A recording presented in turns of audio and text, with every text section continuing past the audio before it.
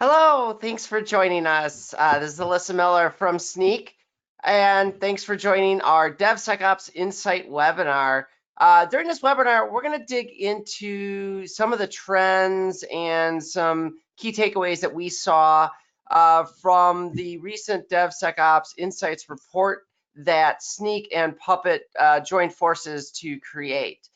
A couple of housekeeping items for you. First of all, today's webinar will be recorded, and a copy of the recording, or a link to that recording rather, will be sent to you after the webinar.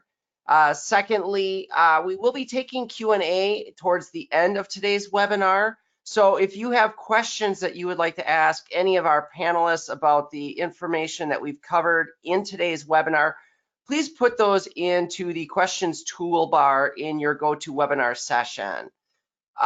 For today's webinar, a quick agenda for you. We're going, as I said, we're going to run through the joint report that Puppet and Snyk did in terms of DevSecOps insights. We're going to talk first about some of the data highlights, some things that we saw from the data sources that we gathered. And then we'll dig in a little deeper to some of those topics, look at potential causes, talk about some key takeaways, and where we think it's important for all of us to be focused as we move forward. So to begin the webinar, first we'll actually do some quick introductions here. Again, my name is Alyssa Miller. I am an application security advocate at Snyk. With me, we have Laurent Tall, who is a developer advocate with Snyk. And we also have Nigel Kirsten, who is the field CTO from Puppet. You also see another name up here for Alana Brown.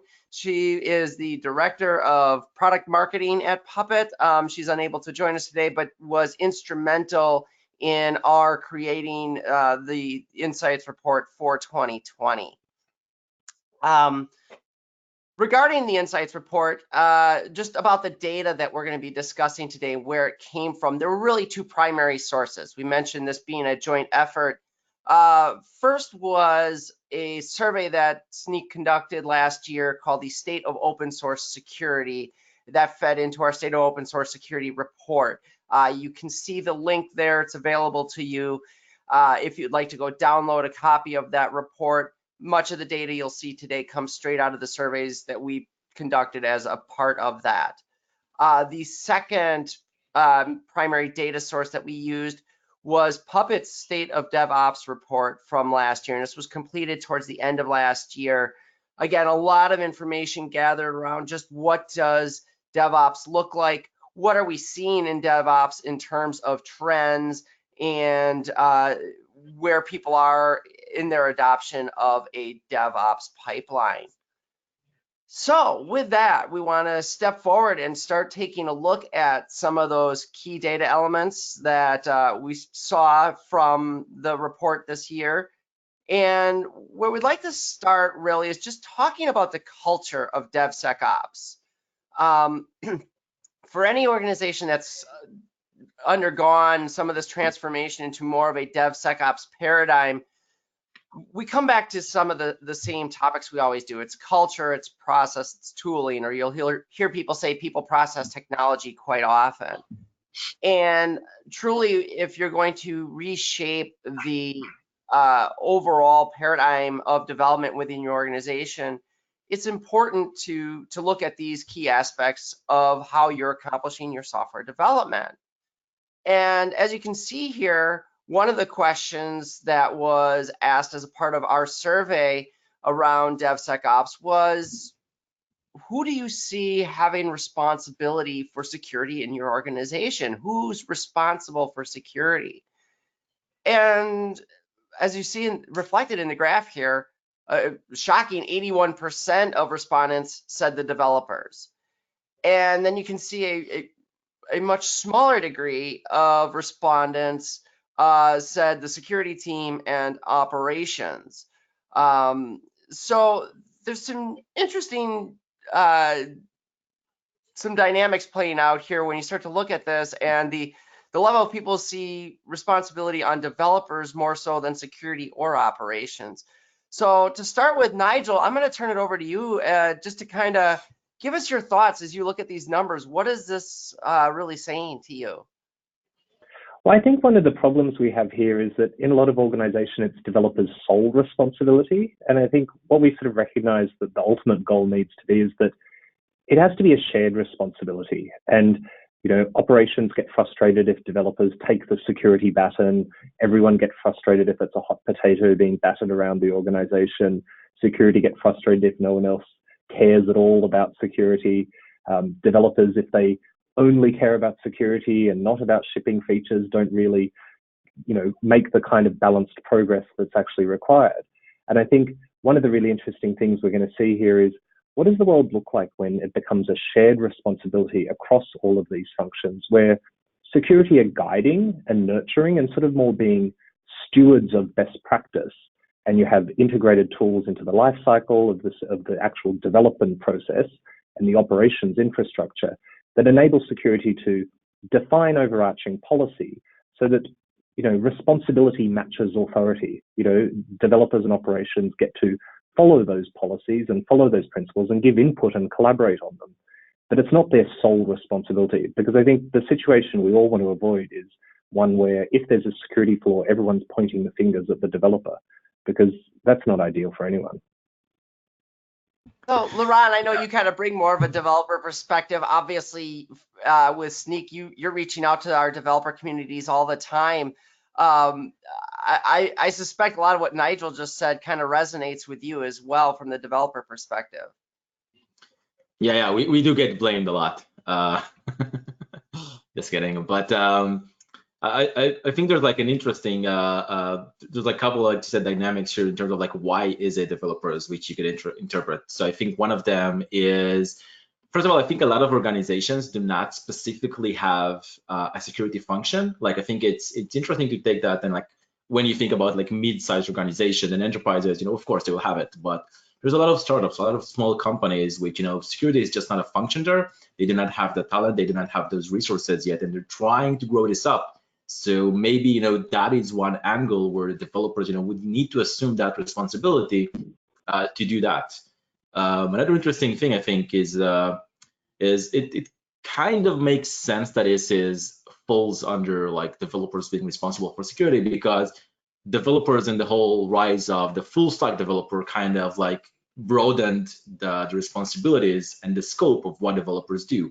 So, we, started with like, there's a front-end developer, there's a back-end developer, there's like a real-time embedded developer.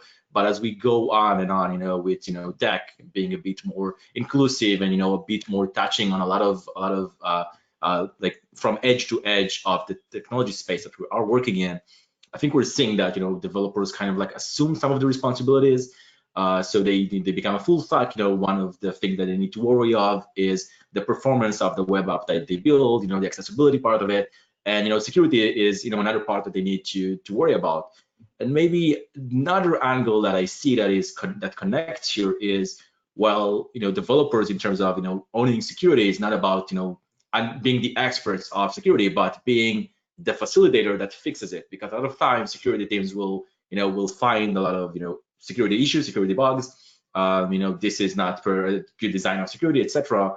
But who fixes that? At the end of the day, from my experience, you get a bunch of like 500 words of a sheet, like a PDF sheet thing. They send it to you, they email it. There's all the vulnerability, severity, etc. But who fixes that? That goes into developers and R&D teams actually having to fix it. And then, we're going to get to it in a bit, I think, but it goes into that constant battle that they call it, between prioritizing now security fixes or feature delivery. So that's my take of it. And also, Alisa, I wonder if the addresses of all the 12% people who says nobody is responsible for security, so we can send them some donuts. Yeah, I think they're the cynics. I think they're the cynics, and in some ways, I think next time we run this sort of question, there's a few different ways I'd drill into it. And one would be, who's responsible for adhering to security policies, and who's responsible for improving the security of the overall application stack? Because I think they're quite different things. And I suspect those nobodies are coming from someone inside an organization where they're getting spreadsheets full of CVEs being sent to them that no one has any time to fix, and the project managers are whipping them to deliver more features. What's a CVE? What should I do with it? It's a very cynical answer for sure.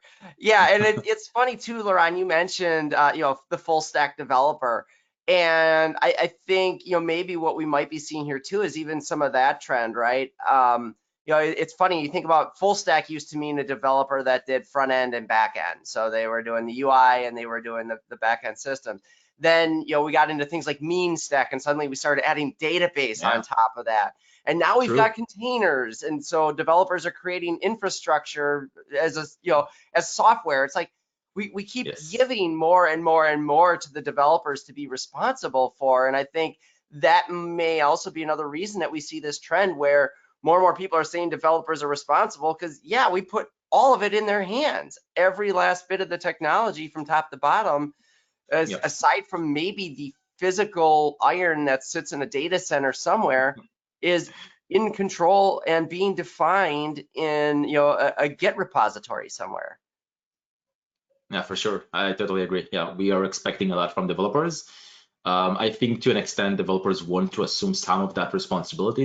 They want to be those, to have that. It's come back like freedom, right? They want to have that freedom to build, to own that. Like the mean stack became a thing because, and the full stack developer as well, I think, to me, it resonates with like the whole story around JavaScript, right? Like if you take like a decade or two back, you had JavaScript on the front end, but nothing on the back end. So, you had that, always had that separation. There's a Java developer, there's a front end developer. JavaScript did not speak to each other. They did not know how to take tasks from each other. But as you join that things together, you get this full stack developer. He's now able to do front end, back end, databases. It's all talking in the same language, the same concepts. So like, we want to assume that responsibility. We want to add, code coverage and checks and connect to Circle CI and have our tests running, etc. We want to deploy using the Puppet stuff, but we also need to like understand that. I think while we are empowered to do it, I think like Nigel said, we need to figure out what are the barriers, what are the left and right sides of this is the way that we should do it, and have some guidelines, have some policies set in the way that we want to work as developers, right? And our workflows. Sure. All right, awesome. Well, why don't we move on to our next data point then? And this one kind of related to some of the conversation we were having.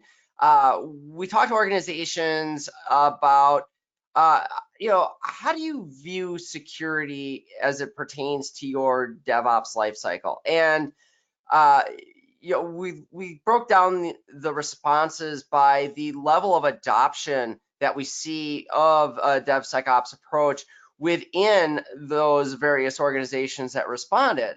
And the question simply being, do you see security as an inhibitor to your development process? And so what's interesting here is you see those at either end of the spectrum kind of have a better, what I would call a better attitude towards what security means in their life cycle. At the low end, they don't see it as much of an inhibitor, and I guess you could say maybe that's because the people at the low end of DevOps adoption probably are still, not very dynamic and very fast in their release cycles. At the other end of it, those could be organizations that are very mature, so they've probably developed a pretty solid automated pipeline, and security is just another automated piece of their overall CI/CD pipeline, and so they don't see it as much of an inhibitor. But it's this middle section that really calls my attention. And Nigel, I guess I'm curious, do you kind of feel similarly, or what do you see here that really speaks to you in terms of the trends around security being looked at as an inhibitor? It's funny because we see this pattern over and over again, and we've seen it in multiple years of State of DevOps report, that as you progress from a very immature state to a much more mature state, depending that where things are very automated and you've broken down the silos between teams, the middle is really tough. And I think it's because, like, when you first break down, I think there's a few different things. One is you start off and there's low-hanging fruit, to be honest. If there's no automation in place for security policies, the first few things that you do are pretty cheap to do and probably feel like really huge wins. And they don't feel like it's an awful lot of a constraint. One thing I would say is that I mean, not to get, if it would be idealistic to say that security is never going to be a constraint, because naturally it has to be. In a sense, you know, you're going from a completely unfettered landscape to having to provide some kind of constraint and guardrails. I think the question is, how do we minimize that so that we get maximize the security benefits without slowing down your ability to deliver software? But in the middle is really tough. And I see this over and over again with large enterprises in particular. As you start on this journey of, you know, DevSecOps, these people may have never met each other before. You start doing these projects and your SecOps team and your developers may literally have never met. Sometimes they don't even know how to email each other. And then you start getting them in a room, you start building an automated pipeline, and they're like, huh, you're just around the corner from me. I'm going to start bugging you all the time. Why are you doing this? Why are you doing? And things slow down because you're working out what the patterns are that actually work. And I think particularly once you go through the low-hanging fruit of, adopting great automated tools for the development pipeline, and you start seeing huge improvement there, but then you start hitting the really hard problems where you're having to build more complex solutions on top of those things. And as you expand outwards, we see this over and over again, that teams whose functions are next to each other break down a silo relatively easily. And I think it's why, you know, developers and operations who are operating in more of a cloud native space, they're already in a similar kind of mindset and they're doing similar kinds of things with similar APIs. And so you break down that silo and they get along pretty well. But if you take a traditional SecOps team that's got a security model for the infrastructure of, you know, the hard barrier on the outside and the squishy center in the middle, and get them to suddenly start working with a bunch of cloud native devs who are doing full, you know, GitOps and automating all of the infrastructure delivery, those people don't even know how to talk to each other for a while. And the impedance mismatch alone, I think, makes it feel like there's a really huge constraint. So we see this over and over again, that the adoption curve, it's not that difficult to get the easy wins, but there's always this difficult middle to push through, but it's always worth it because at the end, you're getting to a much, much better place. And so I think my advice for folks would be, if you've been on this journey for 6 months, for a year, and it's starting to feel harder and harder, don't lose optimism. That you'll be able to break through those barriers, and things will get worse before they get better. You know, and that's a good point. And I think we're going to see that cross-team collaboration concept is going to come up again and again through the course of the data that we're going to look at here today. So, Laurent, something that kind of struck me as Nigel was talking is, you know, kind of going through that migration, those first couple stages. I almost wonder if maybe developers get really excited that, hey, we're going to DevOps, and then suddenly security says, well, yeah, but we got to make security a part of that. And maybe that feeds into some of this perception too. What are your thoughts, or do you think it's something completely different that's kind of causing this spike in the middle? Yeah, no, I totally agree with that. Like, if I relate to both of those, like your thesis and Nigel's on, like, organizations, they may not even understand, what is the exact functions, and until they, like, everyone sticks together and do some kind of activities, which we'll, I think, get to in a minute. That's where they actually, like, understand, how do dynamics work, and that's, like, a beneficial for the organization from a whole lot of, like, culture perspective.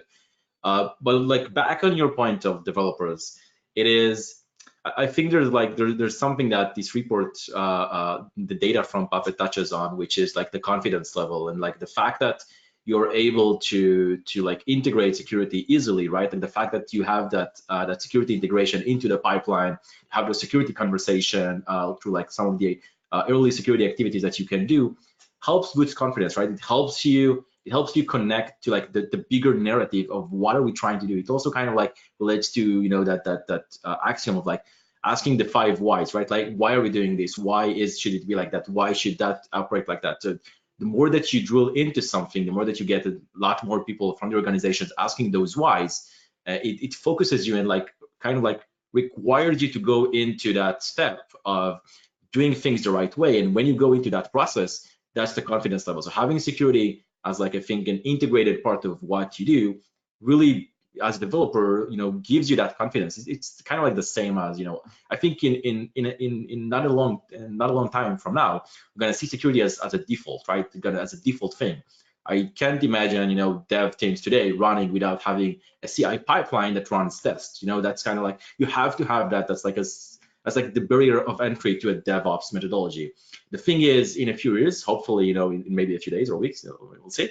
how optimistic we are, but soon enough, we're going to see security as the default. That's going to be a default for everything. We cannot run away from this. We have to see how to embrace it. And that's something that developers will seek out. I think it's already becoming a default for a lot of things in a lot of workflows, and that's amazing, I think, to see. From that middle part, I just relate back to, I think, what Nigel said before. I think we see that 48%, seeing, a lot of constraints and, the kind of like friction stuff going under, because we're trying to, people are trying to understand DevOps, to an extent, right? It's like they're trying to do DevOps. They're trying to do a lot of other things as well, because they're just trying to kind of win everything. Like, let's do Kubernetes, let's do containers, let's do security, let's do secrets management, let's do Vault. Trying to do a lot of it, and it's obviously, not everything is going to go perfect.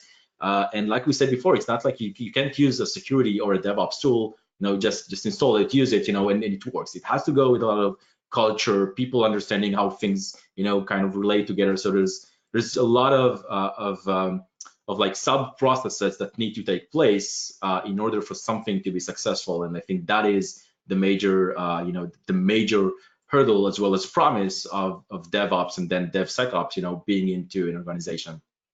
Yeah, no, I think too, it's worth sort of noting maybe really quickly that the horizontal scale we're looking at here is how deep, where is security integrated into the whole development lifecycle? It's from the plan to the design to the build to the deploy to the test.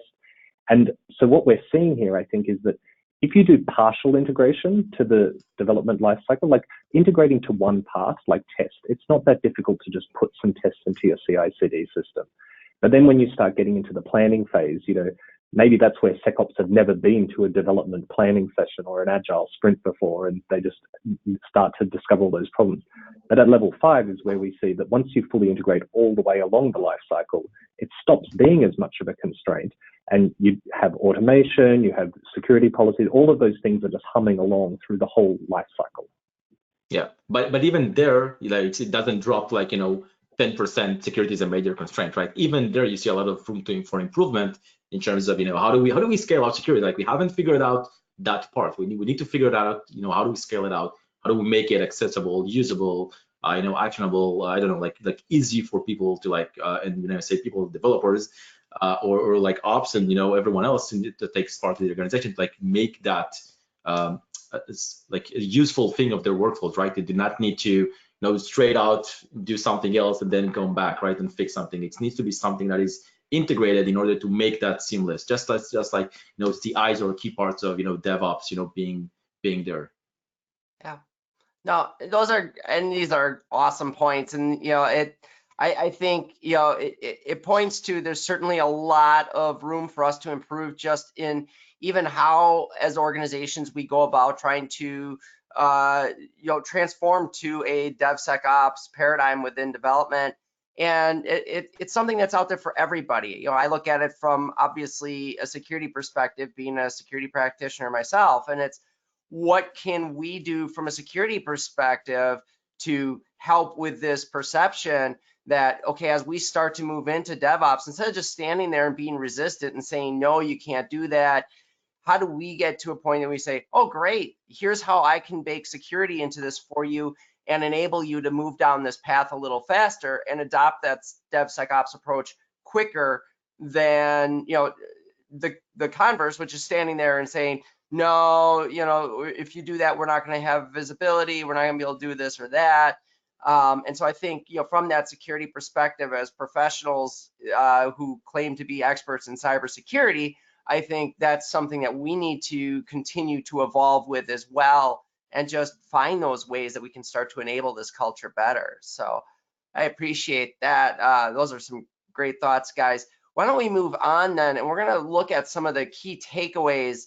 Now, obviously, for those of you online watching this is a bit of an eye chart for you, and we're not going to go through every one of these points, but if you do download the report, you'll see those in there, and they cover and they touch on a lot of the things that we've covered, and they definitely, areas around culture and tooling, a lot of the points that you've just heard us make, quite honestly. But what I want to cover here is that last discussion is a great segue into this next slide you see that's up in front of you now. and that's really looking at the change in organizations' overall maturity level within their DevOps evolution.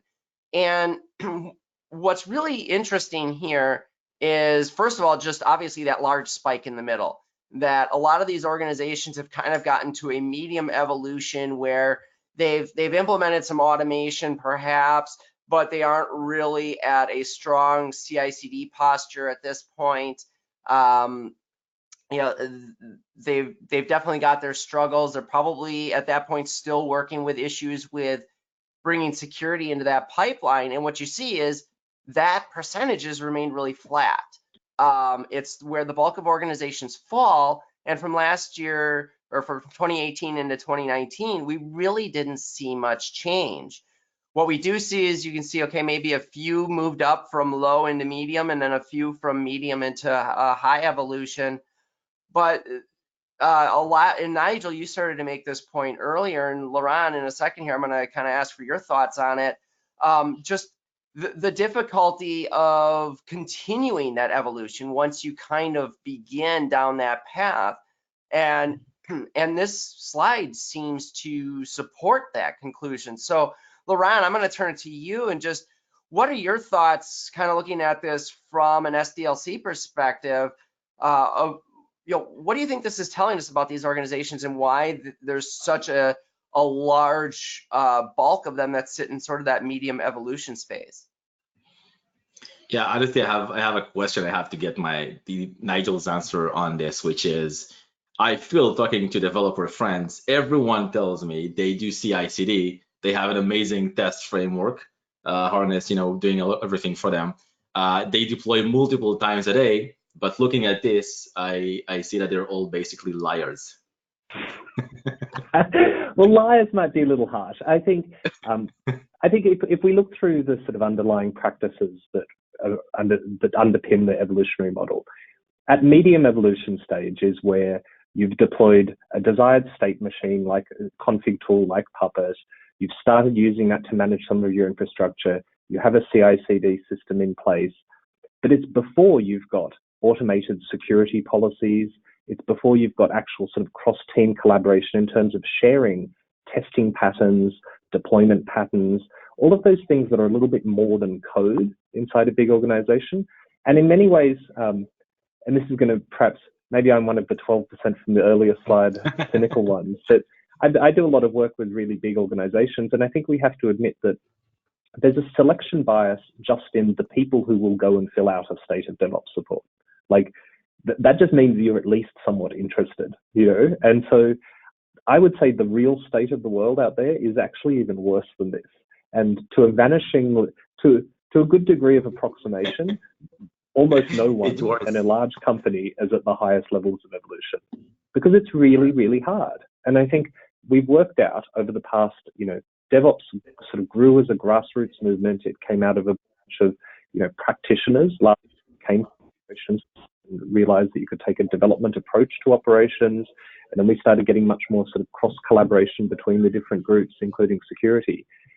But I think the really big challenges out there for us are, what does it look like for a large enterprise, a large financial services organization with 120,000 people, 150,000 people spread across 5-6 different countries, data centers, highly regulated environments, the risk of tens of millions of dollars of fines if they get things wrong.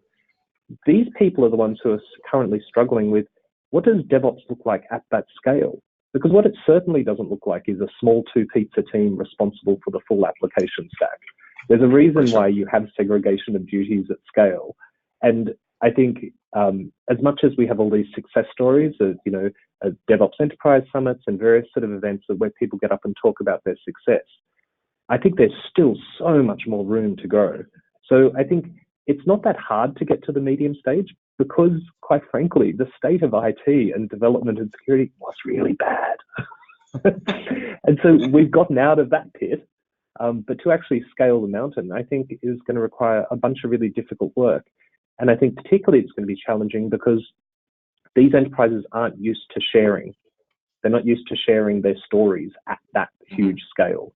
Yep. And so I think dealing with your big legacy environment, moving it to a fully automated system is difficult work. It's difficult people work and process work. The technology, we all know it's there. Like it's all doable.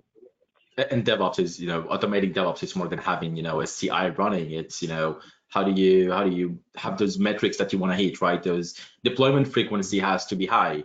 Deployment health has to be high. So like you don't deploy always bugs and rollbacks or whatever. And automating all of that, why we say automation a lot in the DevOps world, it's not just having a CI. It's a whole lot of things around it that makes it possible. So there's that, and I like that you mentioned that talk about that fact with like stories that we do not share. So like I wonder if this is even like kind of like a characteristic of like bigger organizations where cross collaboration isn't that big of a thing, and you have to like share how you do things with other teams as well for them to be successful. So it's kind of like it's a rolling success within the organization. You need to have a lot of successful points in order for the DevOps completely to be a success. And I guess one last thing I'm wondering here is who lied to me? All of my friends who said they do CI/CD a whole lot of time. And if you don't mind, I'm gonna blacklist some of them from my contacts. So because you said it's even worse. It's not 79%. It's even worse. It's even a worse situation than that. All right. So yeah, I mean, hearing that it's worse doesn't bode well for our next insight then, because we're going to start looking at what are organizations doing here around security specifically within their pipeline, and some very telling information here. So we see 57% of organizations say they test for known vulnerabilities in their open source dependencies. And that slowly reduces down to only 36 that are doing any type of static code analysis. And then when we get to containers, it's only 14% that are looking for vulnerabilities. So for anyone who's been paying attention to recent breaches, that's probably not a big surprise, because we've seen a number of recent breaches as a result of insecure configurations in containers. But I think what's actually most nerve-wracking here is the fact that there are people who are saying they have a CI/CD pipeline in place, but 38% of them don't do any automated testing. So how are they doing testing? How are you assessing the security in these organizations? If you're in a CI/CD pipeline and you're not doing automated testing, is there any testing happening is my question. There's documentation and guidelines, and they're supposed to follow them and keep them in their heads, and we know, like, people are bad at that sort of thing. Like, computers are much better. Oh, terrible. And it's funny you bring that up, because I was just at a conference last week, and I asked somebody about, what are you doing around your open source security? And they said, oh, we don't have any open source in our environment. We don't allow that.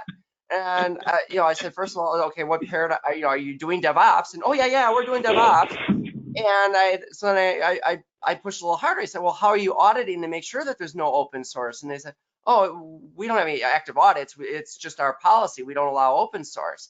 And I looked that person square in the face and I said, you've got open source in your environment. You might want to start looking into that, because if you're doing DevOps and you've got nothing preventing open source from being included, I promise you somewhere somebody has pulled in an open source package or 10 or 20 into your software.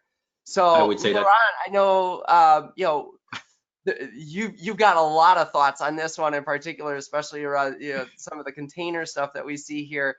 How does this strike you when you see this and you see some of these numbers around the security posture in DevSecOps? Yeah, I would say that person that you talk to never talked to a JavaScript developer in his life. I would even go to the extent to say developer, but definitely not a JavaScript developers, because we do not do anything without it being on NPM and like the open source ecosystem. Yeah, like, I don't know, not using open source, it's not possible. But there's a couple of takes here, right? So I'm struggling with which one to take on first. I like that we're seeing positive momentum on testing for known vulnerabilities in open source dependencies. I would say there's like a couple of levels into that one. So you could look at your direct dependencies, which is one thing, which is, it's already great if you're doing that, right? At that point, you have that mindset, you're already set on the right track. And then there's the looking at your transitive dependencies as well, which an interesting point that we realized from that State of Open Source Security report from last year was 78% of the vulnerabilities that Snyks find in the customers and users manifest file will come from those indirect dependencies. So a lot of times, I really see teams, R&D teams, my previous team, we were very conscious in terms of those direct dependencies. So we would watch, we would subscribe to Angular and Express as far as projects, to their releases, to their change logs. We would track it. We'd be very security minded, understanding what is going on. The problem most of the time with those projects that you use, at least in some ecosystems like NPM, like Java, they would pull in a lot of those transitive dependencies. So it helps no one, right? At some point, helps no one that you're tracking that one direct dependency, because in NPM, for example, on average, an install will take in 4 different levels of transitive dependencies. Now, you're not going to be able to track, tens and hundreds of dependencies from, whatever amount of developers and maintainers involved there. That's not possible. That's why, there's I think several levels of understanding how do you track open source dependencies. And I can also relate to that container images, because for me, being a developer in a previous team, we were owning, like you said before, Lisa, we were owning our infrastructure in the sense we were the people that owned the Docker file, right? So there was one time, that we of course touched base with the DevOps people, and we had some guidelines, whatever, this is how we build the app, etc.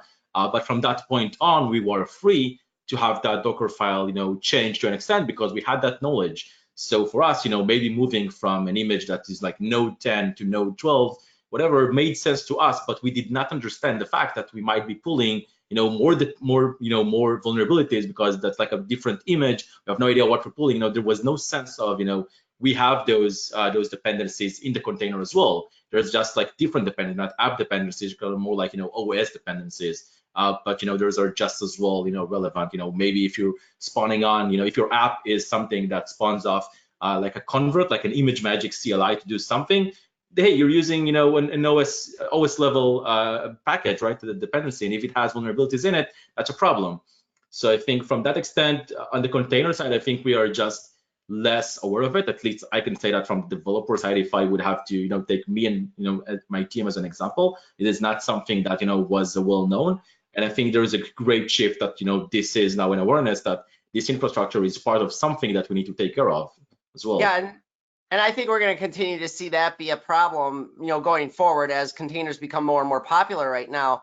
I'm going to go back really quickly. You mentioned, indirect dependencies and the problem that exists there. You pull in a dependency into your JavaScript project, and now, everything that project that you just added as a dependency has dependencies to are all now a part of your software. And we don't highlight it here, but part of the report we highlighted that only 29% of organizations are actually tracking those independent or those indirect dependencies. Indirect, yeah. As we look at 38% were only tracking direct, and another 31% don't do any tracking at all. So that's definitely problematic. Thinking in terms of either those dependencies or just the overall growing motion toward containers, and now those container specifications being a part of our projects.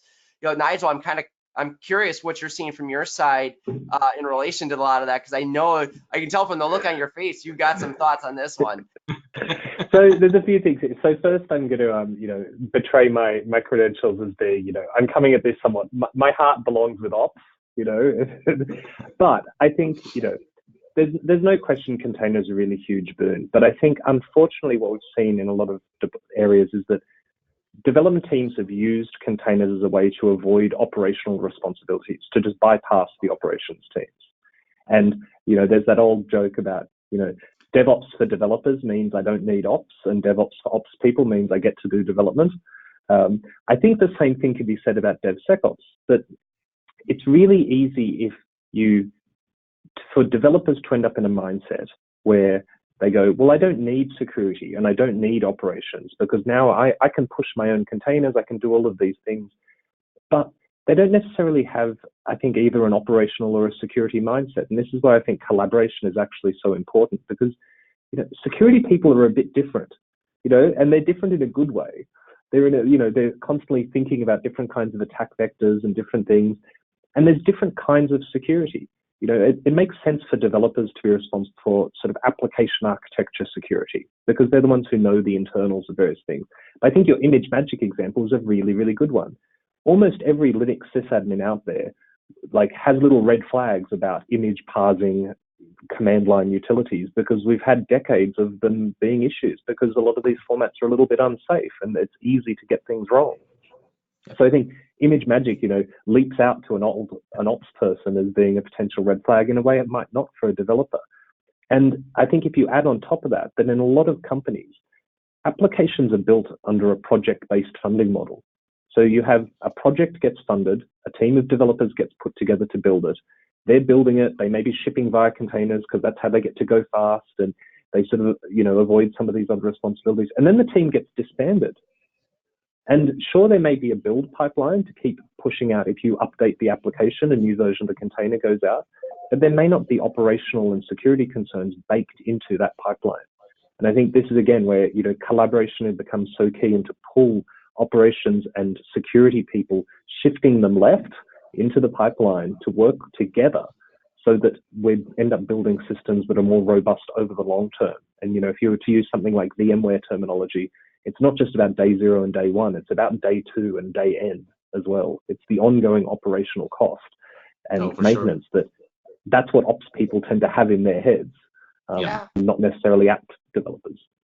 Continuous ops, continuous security.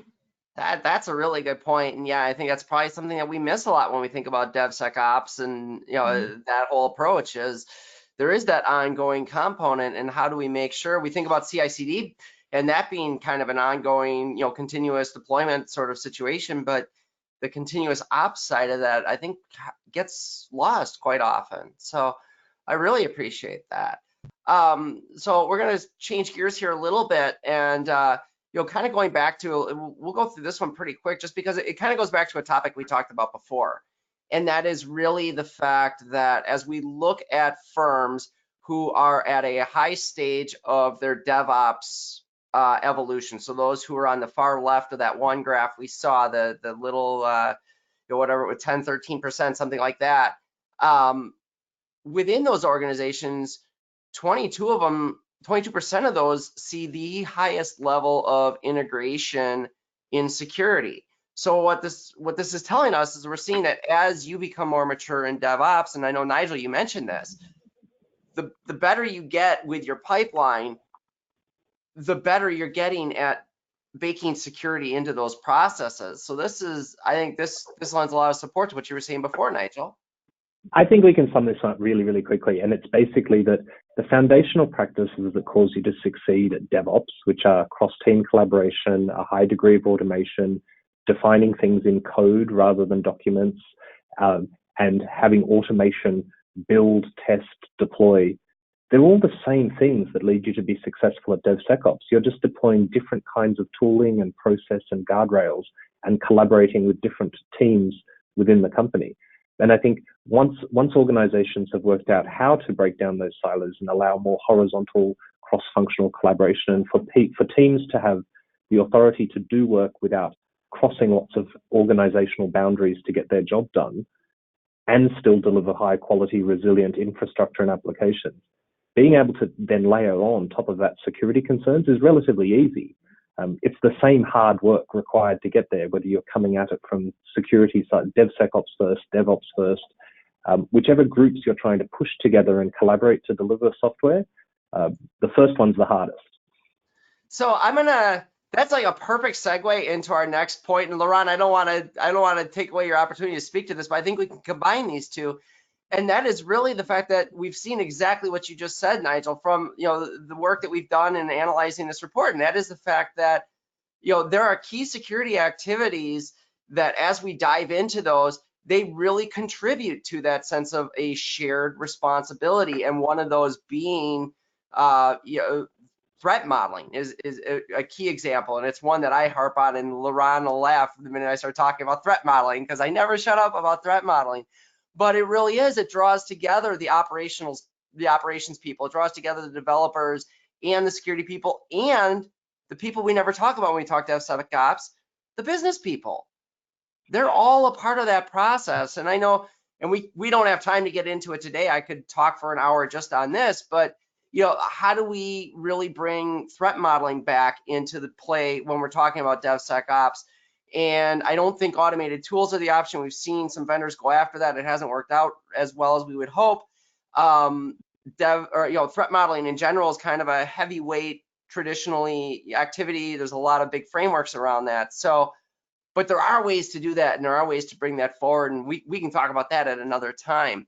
But another lesson learned that we got from this, as we look at the graph that's on screen right now, is just the level at which that shared responsibility is elevated when we have these key activities in place. So Laron, I'll kind of throw it over to you. These last 3 slides kind of all fit together. What's your take as you kind of look at this and you see the numbers of how security is starting to enable more of that collaborative approach?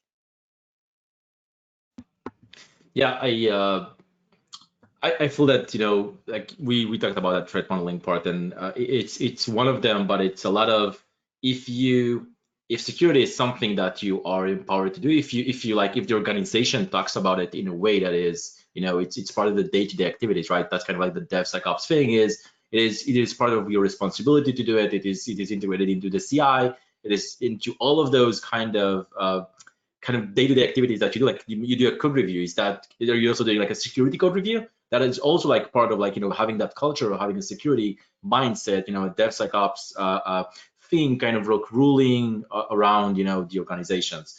And I think when you have that, then yes, that you have that clarity of confidence to deploy something. So I think me as a developer, when I push some code, I open the pull request, I have the CI running, I see that code coverage is great, I see that none of the tests got broken. Amazing. I have that confidence that I can now merge the code and deploy it. That is great. But they do not have security confidence unless I will have, for example, security in my CI, right? So if I have a security test in my CI, now you kind of like brought me into that game of security is like part of what I should probably worry about.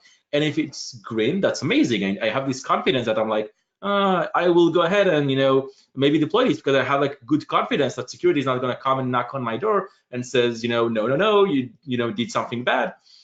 So when I don't have that, that's a problem. Or I don't have that mindset. And when it goes red, that's a good thing, because that means I have this confidence that this thing is not secure. I added some kind of vulnerability maybe. Let's talk about it. Actually, I think when you have a red deployment due to a red checkbox on like security failing, that's a good thing. Let's discuss it. That's like an open door to discuss what is wrong, like why is it wrong, and then you can discuss a lot about well, how to improve it, what's the impact of it, etc. That's great. So I think building confidence, this whole friction thing that having between teams is naturally going to happen, and it's going to be, I think, great as long as people kind of like embrace that this is a shared responsibility. This is something that helps them, and not denies them, not gatekeeps them from doing something else. Yeah, and that's great. And as we move into our next lesson learned, there's a really good quote, and I'm going to turn this over to you in a second, Nigel. But right from that puppet report that played into a lot of this, and that is just that simply we found that the more security is integrated into the SDLC, the more delivery teams see security as their shared responsibility. And that there was actually a 31% increase between level 1 and level 5 organizations is pretty telling that hey, this integration is truly important in the broader sense. Yeah, totally. So I always feel like one of the things I feel like I must have said a million times because I think it's true is one of the great things about automation is that it's essentially a social contract between teams. Like if two teams get together and define, security teams, like this is the automated policy this should run, If it passes, this is good. This satisfies all of the stuff that previously used to be a document. It's that sort of friction and arguing over prose that often causes all of the slowdown in progress between teams and organizations. And when we talk about deeply integrated security, the reality is we're always talking about automation because no one has the budget to be hiring 500 extra security folks to be sitting there at every different stage of the development life cycle. We mean automation. And when we're doing automation and deeply integrated security, we mean two different groups are sitting down defining what is that automated process that needs to run that's going to say whether it's red or green. And as a side note, as a red-green colorblind person, everyone else in the world, please stop using red and green for good and bad because it's awful. Back on target. I'm going to use yellow. And once you, any of that, yeah, once you've actually got that going, it reduces the friction between teams. And I think it particularly, when you get an antagonistic world is one where security teams are reporting things to developers to fix, as going back all the way to the beginning of the podcast that we're talking about, where it was just like, where you just get this list of stuff that you have to get done and you never have time to do it and you're having to weigh it up against features. If it's your process that you're triggering that runs a test that you've collaborated with someone else that then finds the issue, you don't feel that same sense of angst that someone else outside your normal job is pushing you to do stuff. And so I think that's when it becomes a shared responsibility because the developer is the one who kicked off the CI/CD pipeline. It runs a test. They found an issue. They feel like it's their responsibility to fix. It's not coming from outside. Yep. And that's, again, that we've kind of seen that bear out throughout this study. So there's an interesting finding in the story that's being told on this last slide here, and this is the last lesson learned we'll talk about today. But if you look at this, you see that 86% of our respondents who are in security roles and 77% of those in non-security roles either agree or strongly agree that security is indeed a shared responsibility.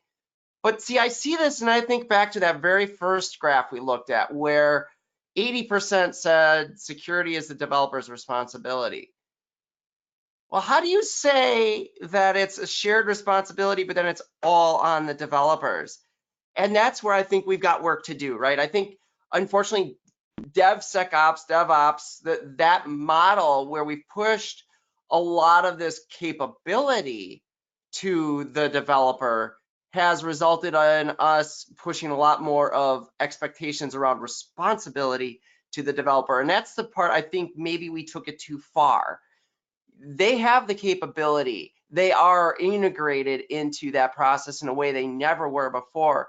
But as we've talked about all the way along, it is so important that the ops people understand their role and how they bring certain level of expertise and how they need to work with those developers to ensure that their expertise in identifying when something high risk is being attempted, how that plays into security. And from the security perspective, how threat intelligence and all these other aspects of the security community, they lend additional expertise that needs to be brought into that development lifecycle too. We can't put it all on the developers. So I'll open it up to either of you to kind of comment and add your thoughts to that as well. I mean, I don't think we can expect developers to be full stack developers. I mean, even if we take a somewhat generous, interpretation of the term, because no one's writing low-level device drivers in C at the same time as they're writing JavaScript front ends. I think the stack is too big for any one person. And even if you have a very broad sense of responsibility as a developer, it doesn't make sense for you to take on your own all of the operational and security burdens. And this is where I think you need automated tools and frameworks that are focused on different kinds of concerns of the application lifecycle, collaborate with other people to define what goes into them, but put them into the development pipeline. Because I think the reality is no one ships infrastructure for the sake of infrastructure. No one does security for the sake of security. It's about shipping applications, but it's about doing so in a way that's operational and secure. Okay. Loren, real quick, anything you want to add to that? No, I totally agree. Okay.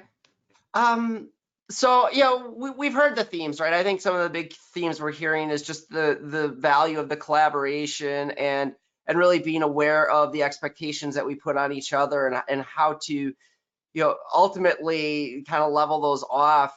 At this point, Laurent, what do we have in the way of questions from our audience? Are there any out there that our audience are asking right now?